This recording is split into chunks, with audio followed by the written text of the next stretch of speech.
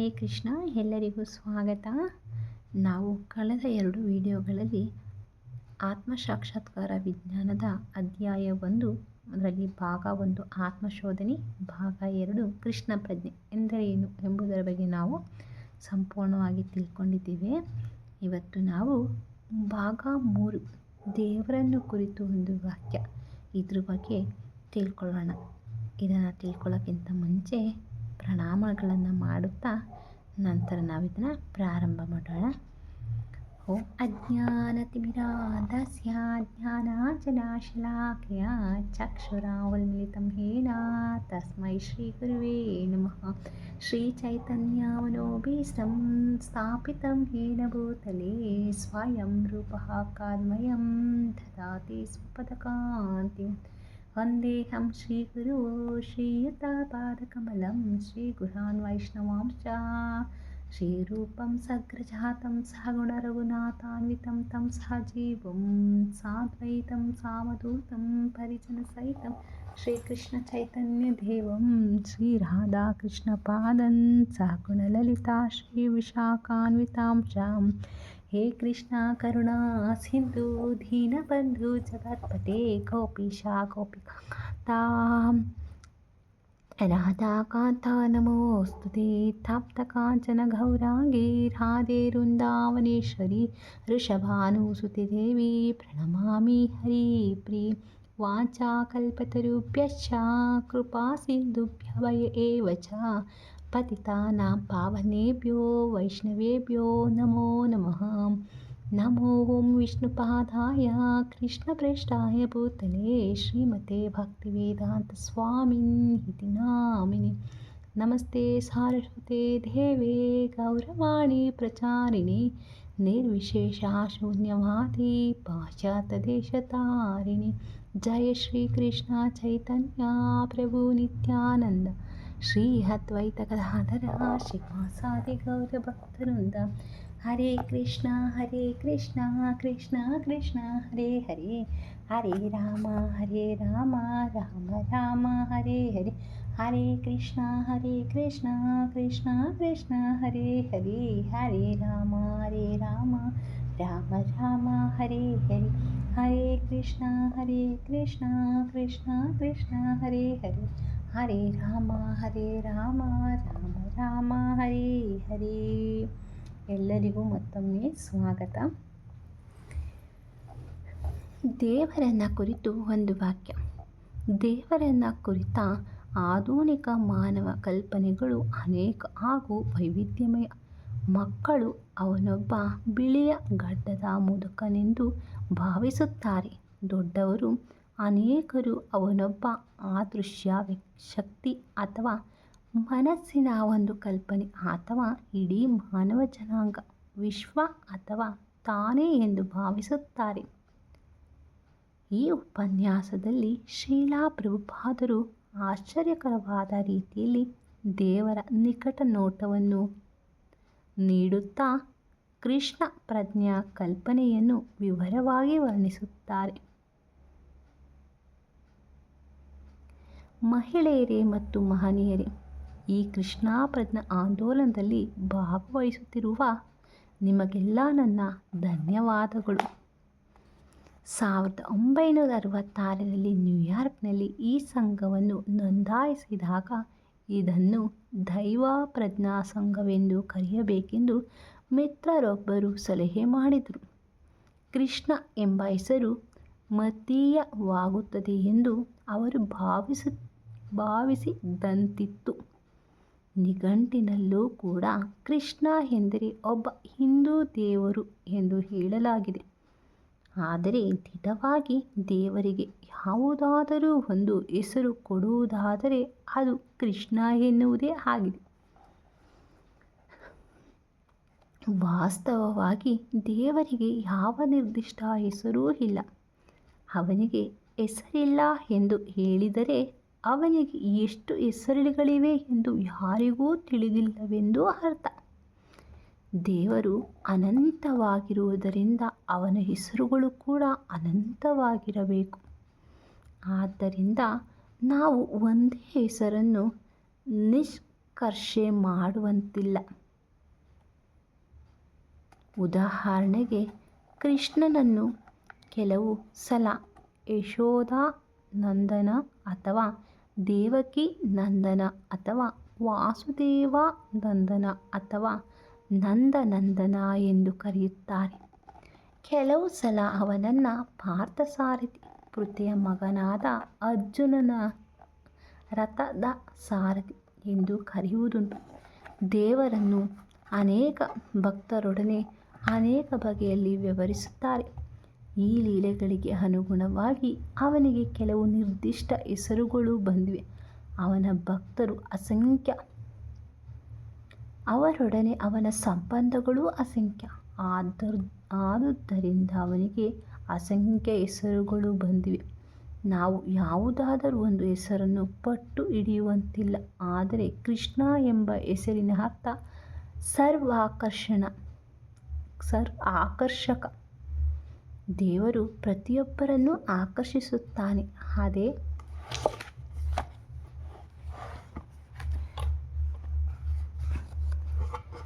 ದೇವರು ಎನ್ನುವ ಪದದ ವಾಕ್ಯ. ನಾವು ಕೃಷ್ಣನ ಅನೇಕ ಚಿತ್ರಗಳನ್ನು ನೋಡಿದ್ದೇವೆ. ಅವನು ಗೋವುಗಳನ್ನು, ಕರುಗಳನ್ನು, ಪಕ್ಷಿಗಳನ್ನು, ಪಶುಗಳನ್ನು, ಮರಗಳನ್ನು, ಗಿಡಗಳನ್ನು, ಅಷ್ಟೇಕೆ ವೃಂದಾವನದ ನೀರನ್ನೂ ಕೂಡ ಆಕರ್ಷಿಸುತ್ತಾನೆ. ಅವನು ಗೋಪ ಬಾಲಕರಿಗೂ ಗೋಪಿಯರಿಗೂ, ನಂದ ಮಹಾರಾಜನಿಗೂ, ಪಾಂಡವರಿಗೂ ಮತ್ತು ಸಮಸ್ತ ಮಾನವ ಕುಲಕ್ಕೂ ಮೋಹಕನಾಗಿದ್ದಾನೆ. ಆದುದರಿಂದ ದೇವರಿಗೆ ಯಾವುದಾದರೂ ನಿರ್ದಿಷ್ಟ ಹೆಸರನ್ನು ಕೊಡಬೇಕೆಂದರೆ ಅದು ಕೃಷ್ಣನ ಹೆಸರೇ ಆಗಿರುತ್ತದೆ. ಸಕಲ ವೇದಗಳನ್ನು ಸಂಕಲಿಸಿದ ವೇದವ್ಯಾಸರ ತಂದೆಯಾದ ಪರಾಶರ ಮುನಿಗಳು ದೇವರನ್ನು ಕುರಿತು ಕೆಳಕಂಡ ವ್ಯಾಖ್ಯಾನವನ್ನು ಕೊಟ್ಟಿದ್ದಾರೆ. ಐಶ್ವರ್ಯಸ್ಯ ಸಮಗ್ರಸ್ಯ ವೀರಸ್ಯ ಯಶಸ್ಸಯ ಶ್ರಿಯಃ ಜ್ಞಾನವೈರಾಗ್ಯಶ್ಚ ಚೈವ ಷಣ್ಮಾನ್ ಭಾಗ ಇತಿ ಗಾನ. ವಿಷ್ಣು ಪುರಾಣ 6.5.47.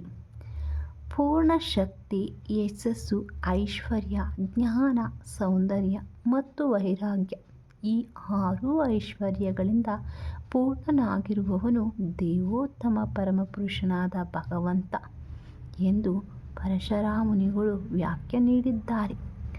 ದೇವೋತ್ತಮ ಪರಮಪುರುಷನಾದ ಭಗವಂತನು ಸಕಲ ಐಶ್ವರ್ಯಗಳ ಸ್ವಾಮಿಯಾಗಿದ್ದಾನೆ. ಪ್ರಪಂಚದಲ್ಲಿ ಅನೇಕ ಶ್ರೀಮಂತರಿದ್ದಾರೆ. ಆದರೆ ಎಲ್ಲ ಐಶ್ವರ್ಯವನ್ನು ಹೊಂದಿರುವವನೆಂದು ಯಾರೂ ಹೆಗ್ಗಳಿಕೆಗೆ ಹೇಳಿಕೊಳ್ಳಲಾಗುವುದಿಲ್ಲ. ತನಗಿಂತ ಶ್ರೀಮಂತರು ಬೇರೆ ಯಾರೂ ಇಲ್ಲ ಎಂದು ಯಾರೂ ಹೇಳಿಕೊಳ್ಳಲಾಗುವುದಿಲ್ಲ.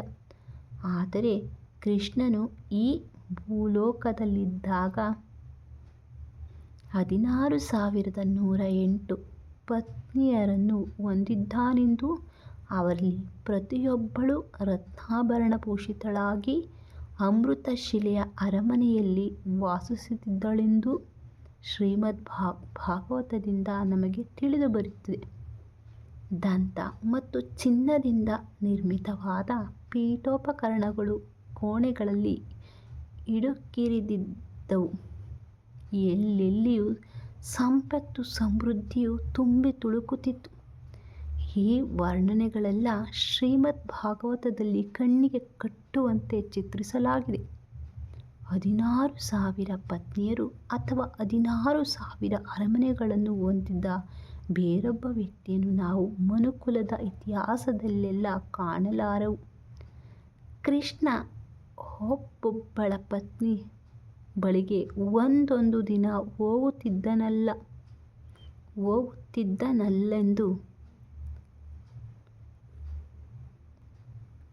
ಹೋಗುತ್ತಿದ್ದನೆಂದಲ್ಲ, ಅವನು ಏಕಕಾಲದಲ್ಲೇ ಎಲ್ಲ ಅರಮನೆಗಳಲ್ಲೂ ಪ್ರತ್ಯೇಕವಾಗಿ ಇರುತ್ತಿದ್ದ. ಅಂದರೆ ಅವನು 16,808 ರೂಪಗಳಲ್ಲಿ ವಿಸ್ತೃತನಾಗುತ್ತಿದ್ದ. ಸಾಮಾನ್ಯ ಮನುಷ್ಯನಿಗೆ ಇದು ಅಸಾಧ್ಯ. ಆದರೆ ಭಗವಂತನಿಗೆ ಇದು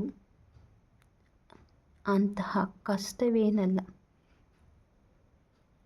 ಅವನು ಅನಂತ ರೂಪಗಳಲ್ಲಿ ತನ್ನನ್ನು ತಾನು ವಿಸ್ತರಿಸಿಕೊಳ್ಳಬಲ್ಲ. ಇಲ್ಲದಿದ್ದರೆ ಅನಂತ ಎಂಬ ಶಬ್ದಕ್ಕೆ ಅರ್ಥವಿಲ್ಲದಂತಾಗುವುದು. ಭಗವಂತನು ಸರ್ವಶಕ್ತ.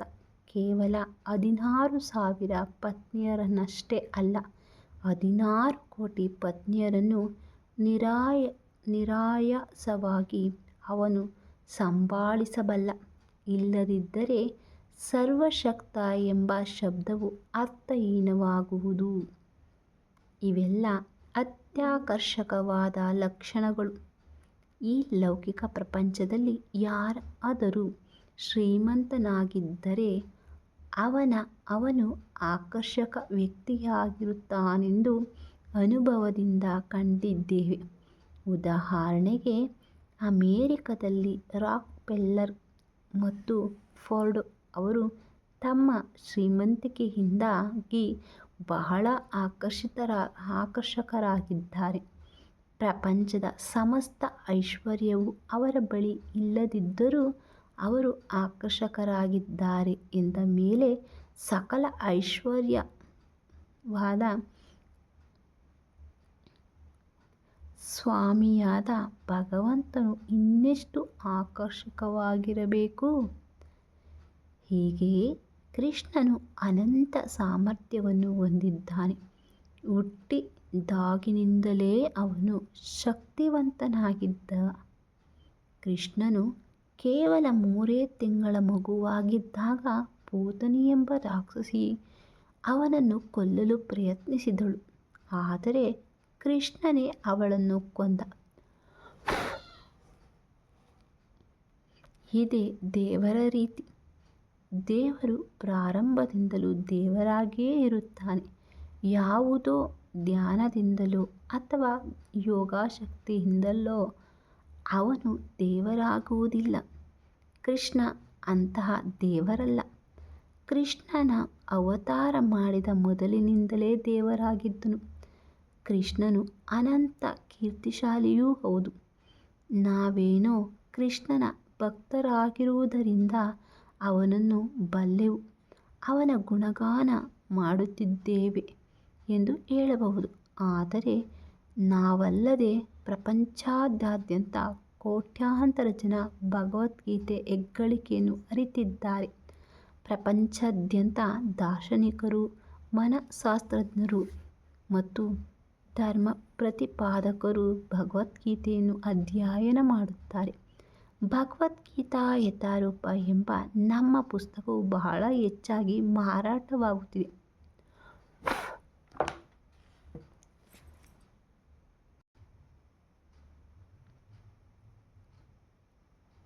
ಅದು ಶುದ್ಧ ಅಪರಂಜಿಯಾಗಿರುವುದೇ ಇದಕ್ಕೆ ಕಾರಣ.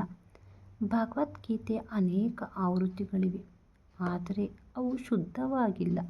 ಭಗವದ್ಗೀತೆಯನ್ನು ಯಥಾರೂಪವಾಗಿ ಕೊಟ್ಟಿರುವುದರಿಂದಲೇ ನಮ್ಮ ಪುಸ್ತಕ ಹೆಚ್ಚಾಗಿ ಮಾರಾಟವಾಗುತ್ತಿದೆ. ಭಗವದ್ಗೀತೆಯ ಕೀರ್ತಿಯೇ ಕೃಷ್ಣನ ಕೀರ್ತಿ. ಮತ್ತೊಂದು ಐಶ್ವರ್ಯವಾದ ಸೌಂದರ್ಯ ಕೂಡ ಕೃಷ್ಣನಲ್ಲಿ ಅಪರಿಮಿತವಾಗಿದೆ. ಅವನ ಸಂಗಾತಿಗಳೆಲ್ಲರೂ ಸುಂದರವಾಗಿರುವಂತೆ ಕೃಷ್ಣನು ಬಲು ಚೆಲುವ. ಪೂರ್ವಜನ್ಮದಲ್ಲಿ ಪುಣ್ಯವಂತರಾದವರು ಈ ಜನ್ಮದಲ್ಲಿ ಲೌಕಿಕ ಪ್ರಪಂಚದಲ್ಲಿ ಒಳ್ಳೆಯ ರಾಷ್ಟ್ರಗಳಲ್ಲಿ ಕುಲೀನ ವಂಶಗಳಲ್ಲಿ ಜನ್ಮ ತಳೆಯುವ ಅವಕಾಶವನ್ನು ಪಡೆಯುತ್ತಾರೆ. ಅಮೆರಿಕದ ಜನ ಬಹಳ ಶ್ರೀಮಂತರು ಮತ್ತು ಸುಂದರರು. ಈ ಐಶ್ವರ್ಯವನ್ನೆಲ್ಲ ಪುಣ್ಯ ಕಾರ್ಯಗಳ ಫಲ. ವಿಜ್ಞಾನದ ಅರಿವು, ಐಶ್ವರ್ಯ, ಸೌಂದರ್ಯ ಮೊದಲಾದವುಗಳಲ್ಲಿ ಅಮೆರಿಕನ್ನರು ಬಹಳ ಮುಂದುವರಿದಿರುವುದರಿಂದ ಪ್ರಪಂಚದಾದ್ಯಂತ ಜನರು ಅವರೆಡೆಗೆ ಆಕರ್ಷಿತರಾಗುತ್ತಾರೆ. ಬ್ರಹ್ಮಾಂಡದಲ್ಲಿ ಈ ಭೂಗ್ರಹವು ನಗಣ್ಯವಾದುದು. ಆದರೂ ಈ ಗ್ರಹದಲ್ಲಿ ಅಮೇರಿಕ ದೇಶವೊಂದು ಅನೇಕ ಆಕರ್ಷಕ ಲಕ್ಷಣಗಳನ್ನು ಹೊಂದಿದೆ. ಸಮಸ್ತ ಬ್ರಹ್ಮಾಂಡದ ಸೃಷ್ಟಿಕರ್ತನಾದ ಭಗವಂತನು ಎಷ್ಟೆಲ್ಲ ಆಕರ್ಷಕ ಲಕ್ಷಣಗಳನ್ನು ಹೊಂದಿರುತ್ತಾನೆಂದು ನಾವು ಊಹಿಸಬಹುದಾಗಿದೆ. ಸಕಲ ಸೌಂದರ್ಯಗಳ ಸೃಷ್ಟಿಕರ್ತನಾದ ಅವನು ಅದೆಷ್ಟು ಸುಂದರನಾಗಿರಬಹುದು. ಒಬ್ಬ ವ್ಯಕ್ತಿಯು ಕೇವಲ ತನ್ನ ಸೌಂದರ್ಯದಿಂದಷ್ಟೇ ಅಲ್ಲ, ತನ್ನ ಜ್ಞಾನದಿಂದಲೂ ಆಕರ್ಷಕನಾಗಿರುತ್ತಾನೆ. ಒಬ್ಬ ವಿಜ್ಞಾನಿ ಅಥವಾ ದಾರ್ಶನಿಕ ತನ್ನ ಜ್ಞಾನದಿಂದ ಆಕರ್ಷಕನಾಗಿರಬಹುದು. ಆದರೆ ಭಗವದ್ಗೀತೆಯಲ್ಲಿ ಕೃಷ್ಣನು ನೀಡಿದ ಜ್ಞಾನಕ್ಕಿಂತ ಭವ್ಯವಾದುದು ಬೇರೆ ಯಾವುದಿದೆ? ಅಂತಹ ಜ್ಞಾನಕ್ಕೆ ಸಮಾನವಾದುದು ಈ ಪ್ರಪಂಚದಲ್ಲಿ ಬೇರ್ಯಾವುದೂ ಇಲ್ಲ. ಇಷ್ಟೆಲ್ಲ ಇದ್ದರೂ ಕೃಷ್ಣನು ಸಂಪೂರ್ಣ ವೈರಾಗ್ಯ ಸಂಪನ್ನನೂ ಆಗಿದ್ದಾನೆ. ಈ ಲೌಕಿಕ ಪ್ರಪಂಚದಲ್ಲಿ ಕೃಷ್ಣನ ನಿರ್ದೇಶನಕ್ಕೆ ಅನುಸಾರವಾಗಿ ಅನೇಕ ವಿಷಯಗಳು ಕಾರ್ಯ ಮಾಡುತ್ತಿವೆ. ಆದರೆ ಕೃಷ್ಣನು ಅಲ್ಲಿಲ್ಲ. ಒಡೆಯನು ಎದುರಿಗೆ ಇಲ್ಲದಿದ್ದರೂ ದೊಡ್ಡ ಕಾರ್ಖಾನೆಯೊಂದು ತನ್ನ ಪಾಡಿಗೆ ತಾನೇ ಕೆಲಸ ಮಾಡುತ್ತಿರಬಹುದು. ಹಾಗೆಯೇ ಕೃಷ್ಣನ ಸಹಾಯಕರಾದ ದೇವತೆಗಳ ನಿರ್ದೇಶನದಲ್ಲಿ ಅವನ ಶಕ್ತಿಗಳು ಕೆಲಸ ಮಾಡುತ್ತಿರುತ್ತವೆ. ಹೀಗೆ ಕೃಷ್ಣನೇ ಈ ಲೌಕಿಕ ಪ್ರಪಂಚದಿಂದ ದೂರವಾಗಿದ್ದಾನೆ. ಇದನ್ನೆಲ್ಲ ಶಾಸ್ತ್ರ ಗ್ರಂಥಗಳಲ್ಲಿ ವರ್ಣಿಸಲಾಗಿದೆ. ಆದುದರಿಂದ ದೇವರು ತನ್ನ ಲೀಲೆಗಳಿಗೆ ಅನುಗುಣವಾಗಿ ಅನೇಕ ಹೆಸರುಗಳನ್ನು ಹೊಂದಿದ್ದಾನೆ. ಅವನು ಈ ಎಲ್ಲ ಐಶ್ವರ್ಯಗಳನ್ನು ಹೊಂದಿರುವುದರಿಂದ ಮತ್ತು ಈ ಐಶ್ವರ್ಯಗಳ ಕಾರಣದಿಂದಾಗಿ ಪ್ರತಿಯೊಬ್ಬರನ್ನೂ ಆಕರ್ಷಿಸುವುದರಿಂದ ಅವನನ್ನು ಕೃಷ್ಣ ಎಂದು ಕರೆಯುತ್ತಾರೆ. ದೇವರಿಗೆ ಅನೇಕ ಹೆಸರುಗಳಿವೆ ಎಂದು ವೈದಿಕ ಸಾಹಿತ್ಯವು ಪ್ರತಿಪಾದಿಸುತ್ತದೆ. ಆದರೆ ಕೃಷ್ಣ ಎನ್ನುವುದೇ ಪ್ರಧಾನ ಹೆಸರು. ಈ ಕೃಷ್ಣ ಪ್ರಜ್ಞಾ ಆಂದೋಲನದ ಉದ್ದೇಶವು ದೇವರ ನಾಮ, ದೇವರ ಕೀರ್ತಿ, ದೇವರ ಲೀಲೆಗಳು, ದೇವರ ಸೌಂದರ್ಯ ಮತ್ತು ದೇವರ ಪ್ರೀತಿಯನ್ನು ಹರಡುವುದೇ ಆಗಿದೆ. ಈ ಲೌಕಿಕ ಪ್ರಪಂಚದಲ್ಲಿ ಅನೇಕ ವಸ್ತುಗಳಿವೆ. ಅವೆಲ್ಲವೂ ಕೃಷ್ಣನಲ್ಲಿಯೇ ಇವೆ. ಈ ಲೌಕಿಕ ಪ್ರಪಂಚದ ಅತ್ಯಂತ ಪ್ರಧಾನವಾದ ಲಕ್ಷಣವೆಂದರೆ ಲೈಂಗಿಕತೆ. ಅದು ಕೂಡ ಕೃಷ್ಣನಲ್ಲಿದೆ. ನಾವು ರಾಧಾಕೃಷ್ಣರನ್ನು ಆರಾಧಿಸುತ್ತೇವೆ. ಅವರಲ್ಲಿ ಪರಸ್ಪರ ಆಕರ್ಷಣೆ ಇದೆ. ಆದರೆ ಲೌಕಿಕ ಆಕರ್ಷಣೆ ಮತ್ತು ಆಧ್ಯಾತ್ಮಿಕ ಆಕರ್ಷಣೆಗಳು ಒಂದೇ ಅಲ್ಲ. ಕೃಷ್ಣನಲ್ಲಿ ಲೈಂಗಿಕತೆಯು ವಾಸ್ತವಿಕ. ಇಲ್ಲಿ ಲೌಕಿಕ ಪ್ರಪಂಚದಲ್ಲಿ ಅದು ಅವಾಸ್ತವಿಕ. ಇಲ್ಲಿ ನಾವು ವ್ಯವಹರಿಸುವ ಪ್ರತಿಯೊಂದು ಆಧ್ಯಾತ್ಮಿಕ ಪ್ರಪಂಚದಲ್ಲಿದೆ. ಆದರೆ ಇಲ್ಲಿ ಅದಕ್ಕೆ ವಾಸ್ತವಿಕ ಮೌಲ್ಯವಿಲ್ಲ. ಅದು ಕೇವಲ ಪ್ರತಿಬಿಂಬ. ಪ್ರದರ್ಶನಗಳ ಮಳಿಗೆಗಳಲ್ಲಿ ನಾವು ಅನೇಕ ಬೊಂಬೆಗಳನ್ನು ನೋಡುತ್ತೇವೆ. ಆದರೆ ಯಾರೂ ಅವುಗಳ ಬಗ್ಗೆ ಲಕ್ಷ್ಯ ಕೊಡುವುದಿಲ್ಲ, ಏಕೆಂದರೆ ಅವು ಕೇವಲ ಬೊಂಬೆಗಳೆಂದು ಎಲ್ಲರಿಗೂ ಗೊತ್ತು. ಆ ಬೊಂಬೆ ಬಹಳ ಸುಂದರವಾಗಿರಬಹುದು, ಆದರೂ ಅದು ನಿಜವಾದ ವ್ಯಕ್ತಿಯಲ್ಲ. ಆದರೆ ಸುಂದರವಾದ ಸ್ತ್ರೀಯನ್ನು ನೋಡಿದಾಗ ಜನರು ಆಕರ್ಷಿತರಾಗುತ್ತಾರೆ, ಏಕೆಂದರೆ ಅವಳು ವಾಸ್ತವವೆಂದು ಅವರು ಭಾವಿಸುತ್ತಾರೆ. ಆದರೆ ದಿಟದಲ್ಲಿ ಸಜೀವಿಗಳೆಂದು ಹೇಳಿಕೊಳ್ಳುವವರು ನಿರ್ಜೀವಿಗಳೇ, ಏಕೆಂದರೆ ಈ ದೇಹವು ಜಡವಾದ ಒಂದು ಮುದ್ದೆಯಷ್ಟೇ. ಆತ್ಮವು ದೇಹವನ್ನು ತೊರೆಯುತ್ತಿದ್ದಂತೆ ಆ ಸುಂದರ ಸ್ತ್ರೀ ದೇಹವನ್ನು ಯಾರೂ ನೋಡಬಯಸುವುದಿಲ್ಲ. ವಾಸ್ತವ ಸಂಗತಿಯೆಂದರೆ ಚೇತನ ಆತ್ಮವೇ ನಿಜವಾದ ಆಕರ್ಷಣ ಶಕ್ತಿಯಾಗಿದೆ. ಈ ಲೌಕಿಕ ಪ್ರಪಂಚದಲ್ಲಿ ಪ್ರತಿಯೊಂದು ಜಡ ಪದಾರ್ಥದಿಂದ ನಿರ್ಮಿತವಾಗಿದೆ. ಆದುದರಿಂದ ಅದು ಕೇವಲ ಅನುಕರಣೆ. ವಸ್ತುಗಳ ಸತ್ಯ ಸ್ವರೂಪವು ಆಧ್ಯಾತ್ಮಿಕ ಲೋಕದಲ್ಲಿದೆ. ಭಗವದ್ಗೀತೆಯನ್ನು ಓದಿದವರು ಆಧ್ಯಾತ್ಮಿಕ ಲೋಕವು ಹೇಗಿರುತ್ತದೆ ಎಂದು ಅರಿಯಬಲ್ಲರು, ಏಕೆಂದರೆ ಅಲ್ಲಿ ಹೀಗೆ ವರ್ಣಿಸಲಾಗಿದೆ. ಪರಸ್ತಸ್ಮಾತ್ ಭಾವನ್ಯೋ ವ್ಯಕ್ತಾವ್ಯಕ್ತಾತ್ ಸನಾತನಃ ಯಃ ಸ ಸರ್ವೇಷು ಭೂತೇಷು ನಶ್ಯಸ್ತು ನ ವಿನಶ್ಯತಿ. ಇದಕ್ಕಿಂತ ಬೇರೆಯಾದ ಪ್ರಕೃತಿಯೊಂದಿದೆ. ಅದು ಈ ಪ್ರಕಟ ಮತ್ತು ಅಪ್ರಕಟ ವಸ್ತುಗಳಿಗಿಂತ ಅತೀತವಾದುದು ಮತ್ತು ಶಾಶ್ವತವಾದುದು. ಅದು ಪರಮೋನ್ನತವಾದುದು. ಅದಕ್ಕೆ ನಾಶವೆಂಬುದಿಲ್ಲ. ಈ ಪ್ರಪಂಚವೆಲ್ಲ ನಾಶವಾದರೂ ಅದು ಯಥಾರೂಪದಲ್ಲೇ ಉಳಿದಿರುತ್ತದೆ. ಗೀತಾ 8:20. ವಿಜ್ಞಾನಿಗಳು ಈ ಲೌಕಿಕ ಪ್ರಪಂಚದ ಉದ್ದಗಲಗಳನ್ನು ಅಳೆಯಲು ಪ್ರಯತ್ನಿಸುತ್ತಿದ್ದಾರೆ, ಆದರೆ ಅವರಿಗೆ ಪ್ರಾರಂಭಿಸುವುದಕ್ಕೆ ಆಗುತ್ತಿಲ್ಲ. ಅತ್ಯಂತ ಸಮೀಪದ ನಕ್ಷತ್ರಕ್ಕೆ ಹೋಗುವುದಕ್ಕೆ ಅವರಿಗೆ ಸಾವಿರಾರು ವರ್ಷಗಳು ಬೇಕು. ಇನ್ನು ಆಧ್ಯಾತ್ಮಿಕ ಲೋಕದ ಬಗ್ಗೆ ಹೇಳುವುದೇನು? ಲೌಕಿಕ ಪ್ರಪಂಚವನ್ನೇ ನಾವು ಅರಿಯಲು ಸಾಧ್ಯವಿಲ್ಲದಿರುವಾಗ ಅದರ ಆಚೆಗಿರುವುದನ್ನು ಹೇಗೆ ತಿಳಿಯಲು ಸಾಧ್ಯ? ಇಲ್ಲಿ ಗಮನಿಸಬೇಕಾದ ಅಂಶವೆಂದರೆ ನಾವು ಅಧಿಕೃತ ಮೂಲಗಳಿಂದ ಇದನ್ನು ತಿಳಿಯಬೇಕು. ಅತ್ಯಂತ ಅಧಿಕೃತವಾದ ಮೂಲವೆಂದರೆ ಕೃಷ್ಣನೇ, ಏಕೆಂದರೆ ಅವನೇ ಸಕಲ ಜ್ಞಾನಗಳ ನಿಧಿ. ಕೃಷ್ಣನಿಗಿಂತ ಬುದ್ಧಿವಂತರು ಅಥವಾ ಜ್ಞಾನಿಗಳು ಬೇರೆ ಯಾರೂ ಇಲ್ಲ. ಈ ಲೌಕಿಕ ಪ್ರಪಂಚದ ಆಚೆಗೆ ಆಧ್ಯಾತ್ಮಿಕ ಆಕಾಶವಿದೆಯೆಂದೋ, ಅದು ಅಸಂಖ್ಯಾತ ಗ್ರಹಗಳಿಂದ ತುಂಬಿದೆಯೆಂದೋ ಕೃಷ್ಣನು ನಮಗೆ ಹೇಳುತ್ತಾನೆ. ಆ ಆಕಾಶವು ಲೌಕಿಕ ಅಂತರಿಕ್ಷಕ್ಕಿಂತ ಬಹುಪಾಲು ದೊಡ್ಡದಾಗಿದೆ. ಈ ಲೌಕಿಕ ಅಂತರಿಕ್ಷವು ಸಮಸ್ತ ಸೃಷ್ಟಿಯ ಕಾಲುಭಾಗ ಮಾತ್ರ ಹೊಂದಿದೆ. ಹಾಗೆಯೇ ಈ ಲೌಕಿಕ ಪ್ರಪಂಚದಲ್ಲಿರುವ ಜೀವಿಗಳು ಸಮಸ್ತ ಸೃಷ್ಟಿಯಲ್ಲಿರುವ ಜೀವಿಗಳ ಒಂದು ಸಣ್ಣ ಭಾಗ ಮಾತ್ರ. ಈ ಲೌಕಿಕ ಪ್ರಪಂಚವನ್ನು ಒಂದು ಸೆರೆಮನೆಗೆ ಹೋಲಿಸಲಾಗಿದೆ. ಅಲ್ಲಿರುವ ಬಂದಿಗಳು ಹೇಗೆ ಒಟ್ಟು ಜನಸಂಖ್ಯೆಯ ಒಂದು ಭಾಗವಾಗಿರುತ್ತಾರೆಯೋ, ಹಾಗೆಯೇ ಈ ಲೌಕಿಕ ಪ್ರಪಂಚದಲ್ಲಿರುವ ಜೀವಿಗಳು ಸಮಸ್ತ ಜೀವಿಗಳ ಅತ್ಯಲ್ಪ ಪ್ರಮಾಣವಾಗಿದ್ದಾರೆ. ದೇವರ ವಿರುದ್ಧ ಪ್ರತಿಭಟಿಸಿದ ಅಪರಾಧಿಗಳನ್ನು ಈ ಲೌಕಿಕ ಪ್ರಪಂಚಕ್ಕೆ ಹಾಕಲಾಗಿದೆ. ಕೆಲವು ಸಲ ಅಪರಾಧಿಗಳು ತಾವು ಸರ್ಕಾರವನ್ನು ಲೆಕ್ಕಿಸುವುದಿಲ್ಲ ಎಂದು ಹೇಳುತ್ತಾರೆ, ಆದರೂ ಅವರನ್ನು ಸೆರೆ ಹಿಡಿದು ಶಿಕ್ಷಿಸಲಾಗುತ್ತದೆ. ಹಾಗೆಯೇ ದೇವರ ವಿರುದ್ಧ ಪ್ರತಿಭಟನೆಯನ್ನು ಸಾರುವ ಜೀವಿಗಳನ್ನು ಲೌಕಿಕ ಪ್ರಪಂಚದಲ್ಲಿ ಇರಿಸಲಾಗುತ್ತದೆ. ಮೂಲತಃ ಎಲ್ಲ ಜೀವಿಗಳು ಭಗವಂತನ ವಿಭಿನ್ನಾಂಶಗಳೇ. ಭಗವಂತನೊಡನೆ ಅವರದು ತಂದೆ ಮಕ್ಕಳ ಸಂಬಂಧ.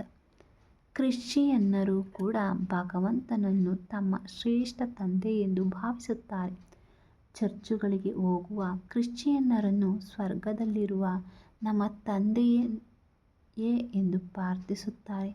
ದೇವರನ್ನು ತಂದೆ ಎಂಬ ಕಲ್ಪನೆ ಭಗವದ್ಗೀತೆಯಲ್ಲೂ 14.4 ಬರುತ್ತದೆ.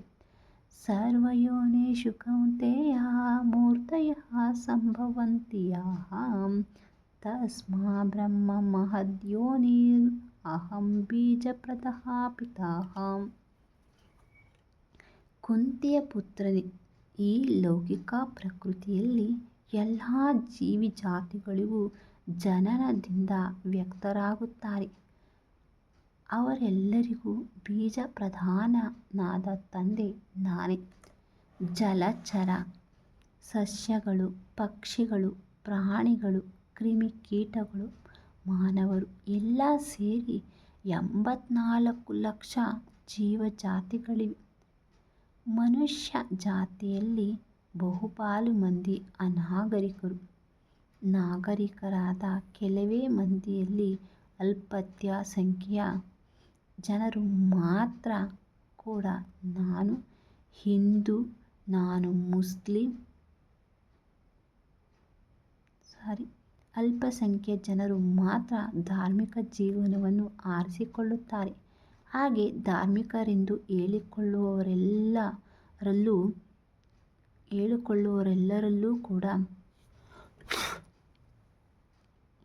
ನಾನು ಹಿಂದೂ, ನಾನು ಮುಸ್ಲಿಂ, ನಾನು ಕ್ರಿಶ್ಚಿಯನ್ ಇತ್ಯಾದಿಯಾಗಿ ಹೇಳಿಕೊಳ್ಳುವವರೇ ಹೆಚ್ಚಾಗಿದ್ದಾರೆ.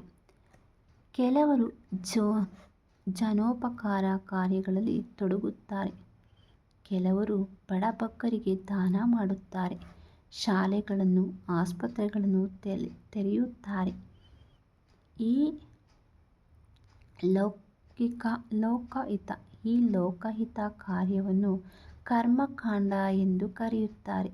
ಇಂತಹ ಲಕ್ಷಾಂತರ ಕರ್ಮಕಾಂಡಗಳಲ್ಲಿ ಒಬ್ಬನು ಜ್ಞಾನಿ ಇರಬಹುದು. ಇಂತಹ ಲಕ್ಷಾಂತರ ಜ್ಞಾನಿಗಳಲ್ಲಿ ಒಬ್ಬನು ಮುಕ್ತನಾಗಬಹುದು. ಇಂತಹ ಕೋಟ್ಯಾಂತರ ಮುಕ್ತಾತ್ಮರಲ್ಲಿ ಕೃಷ್ಣನನ್ನು ಅರಿಯಲು ಒಬ್ಬನಿಗೆ ಸಾಧ್ಯವಾದೀತು. ಇದು ಕೃಷ್ಣನ ಸ್ಥಾನ. ಭಗವದ್ಗೀತೆಯಲ್ಲಿ 7.3ರಲ್ಲಿ ಕೃಷ್ಣನೇ ಹೀಗೆ ಹೇಳಿದ್ದಾನೆ: ಮನುಷ್ಯಾಣಾಂ ಸಹಸ್ರೇಷು ಕಶ್ಚಿತ್ ಯತತಿ ಸಿದ್ಧಯೇ ಯತತಾಮ ಅಪಿ ಸಿದ್ಧಾನಾಂ ಕಶ್ಚಿನ್ ಮಾಂ ವಿದ್ಧಿ ತತ್ವತಃ. ಸಹಸ್ರಾರು ಮಾನವರಲ್ಲಿ ಪರಿಪೂರ್ಣತೆಗಾಗಿ ಒಬ್ಬನು ಪ್ರಯತ್ನಿಸಬಹುದು. ಹೀಗೆ ಪರಿಪೂರ್ಣತೆಯನ್ನು ಸಾಧಿಸುವವರಲ್ಲಿ ನನ್ನನ್ನು ನಿಜವಾಗಿ ಬಲ್ಲವನು ಒಬ್ಬನು ಸಿಗಬಹುದೇನೋ ಎಂದ ಮೇಲೆ ಕೃಷ್ಣನನ್ನು ಅರ್ಥ ಮಾಡಿಕೊಳ್ಳುವುದು ಬಹಳ ಕಷ್ಟ ಎಂದಾಯಿತು. ಆದರೆ ದೇವರನ್ನು ಅರ್ಥ ಮಾಡಿಕೊಳ್ಳುವುದು ಕಷ್ಟಕರವಾದ ಸಂಗತಿಯಾದರೂ ಭಗವಂತನು ಭಗವದ್ಗೀತೆಯಲ್ಲಿ ತನ್ನನ್ನೇ ಕುರಿತು ಹೀಗೆ ವರ್ಣಿಸುತ್ತಾನೆ: ನಾನು ಹೇಗೆ ಇದ್ದೇನೆ. ಲೌಕಿಕ ಪ್ರಕೃತಿಯು ಹೀಗಿದೆ, ಆಧ್ಯಾತ್ಮಿಕ ಪ್ರಕೃತಿಯು ಹೇಗಿದೆ, ಜೀವಿಗಳು ಹೇಗಿದ್ದಾರೆ, ಪರಮಾತ್ಮನು ಹೇಗಿದ್ದಾನೆ. ಹೀಗೆ ಪ್ರತಿಯೊಂದನ್ನು ಸಂಪೂರ್ಣವಾಗಿ ಭಗವದ್ಗೀತೆಯಲ್ಲಿ ವರ್ಣಿಸಲಾಗಿದೆ. ದೇವರನ್ನು ಅರ್ಥ ಮಾಡಿಕೊಳ್ಳುವುದು ಬಹಳ ಕಷ್ಟವಾದರೂ ದೇವರು ತನ್ನನ್ನು ಕುರಿತು ತಿಳುವಳಿಕೆಯನ್ನು ನೀಡುವಾಗ ಅದು ಕಠಿಣವಾಗುವುದಿಲ್ಲ. ನಿಜವಾಗಿಯೂ ದೇವರನ್ನು ಅರ್ಥ ಮಾಡಿಕೊಳ್ಳಿರುವುದು ಅದೊಂದೇ ಮಾರ್ಗ. ನಮ್ಮ ಊಹಾತ್ಮಕ ಚಿಂತನೆಯಿಂದ ದೇವರನ್ನು ಅರ್ಥ ಮಾಡಿಕೊಳ್ಳುವುದು ಸಾಧ್ಯ ಇಲ್ಲ. ಏಕೆಂದರೆ ದೇವರು ಅಪರಿಮಿತ, ನಾವು ಪರಿಮಿತ. ನಮ್ಮ ತಿಳುವಳಿಕೆ ಮತ್ತು ಗ್ರಹಣ ಶಕ್ತಿಗಳೆರಡೂ ಬಹಳ ಪರಿಮಿತವಾಗಿವೆ ಎಂದ ಮೇಲೆ ನಾವು ಅಪರಿಮಿತನನ್ನು ಹೇಗೆ ಅರ್ಥ ಮಾಡಿಕೊಳ್ಳಲು ಸಾಧ್ಯ? ಆ ಅಪರಿಮಿತ ಹೇಳಿಕೆಯನ್ನು ನಾವು ಸುಮ್ಮನೆ ಸ್ವೀಕರಿಸಿದರೆ ಅವನನ್ನು ಅರಿತುಕೊಳ್ಳಲು ಸಾಧ್ಯವಾಗಬಹುದು. ಅಂತಹ ಅರಿವೇ ನಮ್ಮ ಪರಿಪೂರ್ಣತೆ. ದೇವರನ್ನು ಕುರಿತ ಊಹಾತ್ಮಕ ಚಿಂತನೆಯು ನಮ್ಮನ್ನು ಎಲ್ಲಿಗೂ ತಲುಪಿಸುವುದಿಲ್ಲ. ಒಬ್ಬ ಹುಡುಗನು ತನ್ನ ತಂದೆ ಯಾರೆಂದು ತಿಳಿಯಲು ಬಯಸಿದರೆ ಅನುಸರಿಸಬೇಕಾದ ಸುಲಭ ವಿಧಾನ ತನ್ನ ತಾಯಿಯನ್ನು ಕೇಳುವುದು. ಆಗ ತಾಯಿಯು ಇವರೇ ನಿನ್ನ ತಂದೆ ಎಂದು ಹೇಳುತ್ತಾಳೆ. ಇದು ಪರಿಪೂರ್ಣ ತಿಳುವಳಿಕೆಯ ವಿಧಾನ. ಹುಡುಗನು ತನ್ನ ತಂದೆ ಯಾರೆಂದು ತಿಳಿಯಲು ಊಹಾಪೋಹದ ಮಾರ್ಗವನ್ನು ಹಿಡಿಯಬಹುದು. ಈ ಮನುಷ್ಯನೇ ಆ ಮನುಷ್ಯನೇ ಎಂದು ಕುತೂಹಲದಿಂದ ಇಡೀ ನಗರವನ್ನೆಲ್ಲ ಸುತ್ತುತ್ತಾ ನೀನು ನನ್ನ ತಂದೆಯೇ, ನೀವು ನನ್ನ ತಂದೆಯೇ ಎಂದು ಕೇಳಬಹುದು. ಆದರೆ ಇಂತಹ ವಿಧಾನದಿಂದ ಪಡೆದ ತಿಳುವಳಿಕೆಯು ಯಾವಾಗಲೂ ಅಪರಿಪೂರ್ಣವಾಗಿಯೇ ಉಳಿಯುತ್ತದೆ. ಈ ವಿಧಾನದಿಂದ ಯಾರೂ ತನ್ನ ತಂದೆಯನ್ನು ಕಂಡುಹಿಡಿಯುವುದು ಸಾಧ್ಯವಿಲ್ಲ. ಒಬ್ಬ ಅಧಿಕೃತ ವ್ಯಕ್ತಿಯಿಂದ ತಿಳುವಳಿಕೆಯನ್ನು ಪಡೆಯುವುದೇ ಸರಳವಾದ ಮಾರ್ಗ.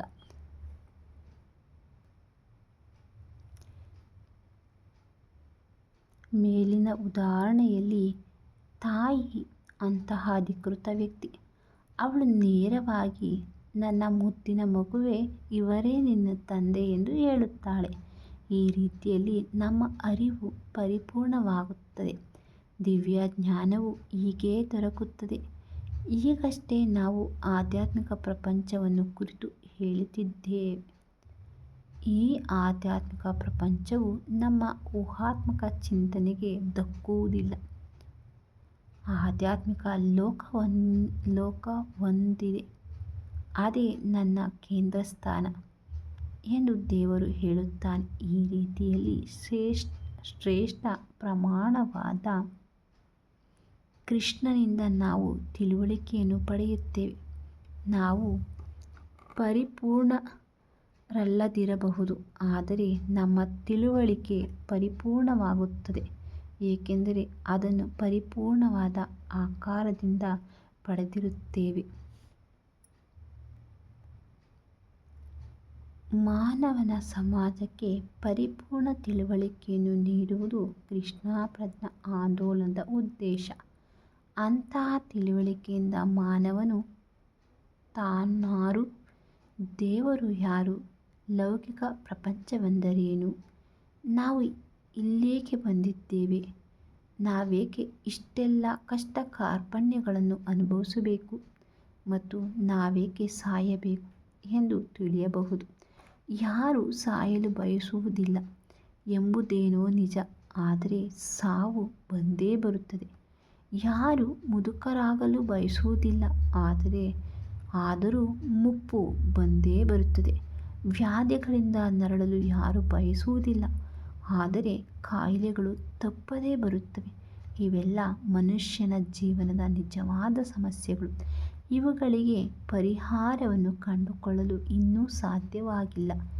ನಾಗರಿಕತೆಯು ಆಹಾರ, ನಿದ್ರೆ, ಮೈಥುನ, ರಕ್ಷಣೆಗಳನ್ನು ಉತ್ತಮಪಡಿಸಲು ಪ್ರಯತ್ನಿಸುತ್ತದೆ, ಆದರೆ ಇವು ನಿಜವಾದ ಸಮಸ್ಯೆಗಳಲ್ಲ. ಮನುಷ್ಯನು ನಿದ್ರಿಸುತ್ತಾನೆ, ನಾಯಿಯೂ ನಿದ್ರಿಸುತ್ತದೆ. ಒಂದು ಸುಸಜ್ಜಿತವಾದ ಮನೆಯನ್ನು ಹೊಂದಿರುವ ಮಾತ್ರಕ್ಕೆ ಮನುಷ್ಯನು ಹೆಚ್ಚು ಪ್ರಗತಿ ಸಾಧಿಸಿದ್ದಾನೆ ಎಂದು ಅರ್ಥವಲ್ಲ. ಈ ಎರಡೂ ಪ್ರಸಂಗಗಳಲ್ಲಿ ನಡುವೆಯೂ ಕ್ರಿಯೆಯಾದ ನಿದ್ರಿಸುವಿಕೆ ಒಂದೇ. ಮನುಷ್ಯನು ತನ್ನ ರಕ್ಷಣೆಗಾಗಿ ಅಣುಬಾಂಬ್ಗಳನ್ನು ಕಂಡುಹಿಡಿದಿದ್ದಾನೆ. ನಾಯಿಗೆ ಕೋರೆಹಲ್ಲುಗಳು, ಪುಂಜಗಳು ಇವೆ, ಅದು ಕೂಡ ತನ್ನನ್ನು ರಕ್ಷಿಸಿಕೊಳ್ಳಬಲ್ಲದು. ಈ ಎರಡೂ ಪ್ರಸಂಗಗಳಲ್ಲಿಯೂ ರಕ್ಷಣೆಯೇ ಉದ್ದೇಶವಾಗಿದೆ. ತನ್ನಲ್ಲಿ ಅಣುಬಾಂಬ್ ಇರುವುದರಿಂದ ಇಡೀ ಪ್ರಪಂಚವನ್ನೇ ಅಥವಾ ಇಡೀ ಬ್ರಹ್ಮಾಂಡವನ್ನೇ ಗೆಲ್ಲಬಲ್ಲೆ ಎಂದು ಮನುಷ್ಯನು ಹೇಳಲಾರ. ಅದು ಸಾಧ್ಯವೂ ಅಲ್ಲ. ರಕ್ಷಣೆಗಾಗಿ ಮನುಷ್ಯನು ವ್ಯಾಪಕವಾದ ವಿಧಾನವನ್ನು ಹೊಂದಿರಬಹುದು. ಇವೆಲ್ಲ ಆಹಾರ, ನಿದ್ರೆ, ಮೈಥುನಗಳಿಗೆ ವೈಭವೋಪೇತವಾದ ವ್ಯವಸ್ಥೆಯನ್ನು ಮಾಡಿಕೊಂಡಿರಬಹುದು, ಆದರೆ ಇವೆಲ್ಲ ಅವನನ್ನು ಪ್ರಗತಿಪರನನ್ನಾಗಿಸುವುದಿಲ್ಲ. ಅವನ ಪ್ರಗತಿಯನ್ನು ನಯಗೊಳಿಸಿದ ಪಶುಜೀವನ ಎಂದು ಹೇಳಬಹುದು ಅಷ್ಟೆ. ನಿಜವಾದ ಪ್ರಗತಿ ಎಂದರೆ ದೇವರನ್ನು ಅರಿತುಕೊಳ್ಳುವುದು. ದೇವರನ್ನು ನಾವು ತಿಳಿದುಕೊಳ್ಳದಿದ್ದರೆ ನಿಜವಾಗಿಯೂ ನಾವು ಪ್ರಗತಿ ಸಾಧಿಸಿದಂತಲ್ಲ. ಅನೇಕ ಮೂಢರು ದೇವರ ಅಸ್ತಿತ್ವವನ್ನೇ ಅಲ್ಲಗಳೆಯುತ್ತಾರೆ, ಏಕೆಂದರೆ ದೇವರು ಇಲ್ಲದಿದ್ದರೆ ಅವರ ಪಾಪಕಾರ್ಯಗಳನ್ನು ಮುಂದುವರಿಸಲು ಅನುಕೂಲವಾಗುತ್ತದೆ. ದೇವರು ಇಲ್ಲ ಎಂದು ಭಾವಿಸುವುದೇನೋ ಅವರಿಗೆ ಚೆನ್ನಾಗೆನಿಸಬಹುದು, ಆದರೆ ಅವರು ನಿರಾಕರಿಸಿದ ಮಾತ್ರಕ್ಕೆ ದೇವರು ಸಾಯುವುದಿಲ್ಲ. ದೇವರು ಇದ್ದಾನೆ, ಅವನ ಆಳ್ವಿಕೆಯೂ ಇದ್ದೇ ಇರುತ್ತದೆ. ಅವನ ಆಜ್ಞೆಯನುಸಾರ ಸೂರ್ಯ ಉದಯಿಸುತ್ತಾನೆ, ಚಂದ್ರ ಉದಯಿಸುತ್ತಾನೆ, ನೀರು ಹರಿಯುತ್ತದೆ, ಸಾಗರವು ಉಬ್ಬರವಿಳಿತಗಳನ್ನು ಅನುಸರಿಸುತ್ತದೆ. ಹೀಗೆ ಪ್ರತಿಯೊಂದೂ ಅವನ ಆಜ್ಞೆಯನುಸಾರ ಕಾರ್ಯಮಾಡುತ್ತವೆ. ಹೀಗೆ ಪ್ರತಿಯೊಂದೂ ಸೊಗಸಾಗಿ ನಡೆಯುತ್ತಿರುವುದರಿಂದ ದೇವರು ಸತ್ತಿದ್ದಾನೆಂದು ಯಾರಾದರೂ ನಿಜವಾಗಿ ಭಾವಿಸಬಹುದೇ? ಅವ್ಯವಸ್ಥೆ ಇದ್ದಾಗ ಸರ್ಕಾರ ಅಸ್ತಿತ್ವದಲ್ಲಿಲ್ಲ ಎಂದು ನಾವು ಹೇಳಬಹುದು. ಆದರೆ ಸುವ್ಯವಸ್ಥೆ ಇರುವಾಗ ಸರ್ಕಾರ ಅಸ್ತಿತ್ವದಲ್ಲಿಲ್ಲ ಎಂದು ನಾವು ಹೇಗೆ ತಾನೇ ಹೇಳಲು ಸಾಧ್ಯ? ಜನರು ದೇವರನ್ನು ಅರಿತಿಲ್ಲ, ಅದಕ್ಕೆ ಅವರು ದೇವರು ಸತ್ತಿದ್ದಾನೆ, ದೇವರು ಅಸ್ತಿತ್ವದಲ್ಲಿಲ್ಲ, ದೇವರಿಗೆ ಯಾವ ರೂಪವೂ ಇಲ್ಲ ಎಂದು ಹೇಳುತ್ತಾರೆ. ಆದರೆ ದೇವರು ಇದ್ದಾನೆ ಎಂದು ನಮಗೆ ದೃಢವಾದ ನಂಬಿಕೆಯಿಂದ ಆ ದೇವರೇ ಕೃಷ್ಣ. ಆದುದರಿಂದ ನಾವು ಅವನನ್ನು ಆರಾಧಿಸುತ್ತೇವೆ. ಇದೇ ಕೃಷ್ಣ ಪ್ರಜ್ಞಾ ವಿಧಾನ. ಇದನ್ನು ಅರ್ಥ ಮಾಡಿಕೊಳ್ಳಲು ನೀವು ಪ್ರಯತ್ನಿಸಿ. ನಿಮಗೆ ಅನಂತ ಧನ್ಯವಾದಗಳು. ವಾಂಛಾಕಲ್ಪತರುಭ್ಯಶ್ಚ ಕೃಪಾ ಸಿಂಧುಭ್ಯಃ ಏವ ಚ ಪತಿತಾನಾಂ ಪಾವನೇಭ್ಯೋ ವೈಷ್ಣವೇಭ್ಯೋ ನಮೋ ನಮಃ. ಹರೇ ಕೃಷ್ಣ ಕೃಷ್ಣ ಕೃಷ್ಣ ಹರೇ ಹರೇ, ಹರೇ ರಾಮ ರಾಮ ರಾಮ ಹರೇ ಹರೇ, ಹರೇ ಕೃಷ್ಣ ಕೃಷ್ಣ ಕೃಷ್ಣ ಹರೇ ಹರೇ, ಹರೇ ರಾಮ ರಾಮ ರಾಮ ಹರೇ ಹರೇ, ಹರೇ ಕೃಷ್ಣ ಕೃಷ್ಣ ಕೃಷ್ಣ ಹರೇ ಹರೇ, ಹರೇ ರಾಮ ರಾಮ ರಾಮ ಹರೇ ಹರೇ. ಎಲ್ಲರಿಗೂ ಕೂಡ ಧನ್ಯವಾದಗಳು. ಹರೇ ಕೃಷ್ಣ. ಶುಭರಾತ್ರಿ.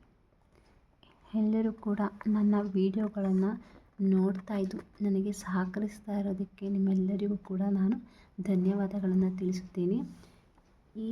ಇವತ್ತು ನಾವು ಏನು ಅಧ್ಯಾಯವನ್ನು ಕಲಿತಿದ್ದೀವಿ, ಅದರಲ್ಲಿ ಏನಾದರೂ ತಪ್ಪು ದೋಷಗಳಿದ್ದರೆ ಅದು ನನ್ನ ನ್ಯೂನತೆಯಿಂದ ಆಗಿರುವಂಥದ್ದು. ಇದರಿಂದ ನಿಮಗೇನಾದರೂ ಉಪಯೋಗವಾದರೆ ಅದು ನನ್ನ ಗುರುಗಳಿಂದ ಆದಿತು. ನನ್ನ ಗುರುಗಳಿಗೆ ಅರ್ಪಣೆಯನ್ನು ಮಾಡುತ್ತೇನೆ. ಧನ್ಯವಾದ. ಎಲ್ಲರಿಗೂ ಹರೇ ಕೃಷ್ಣ.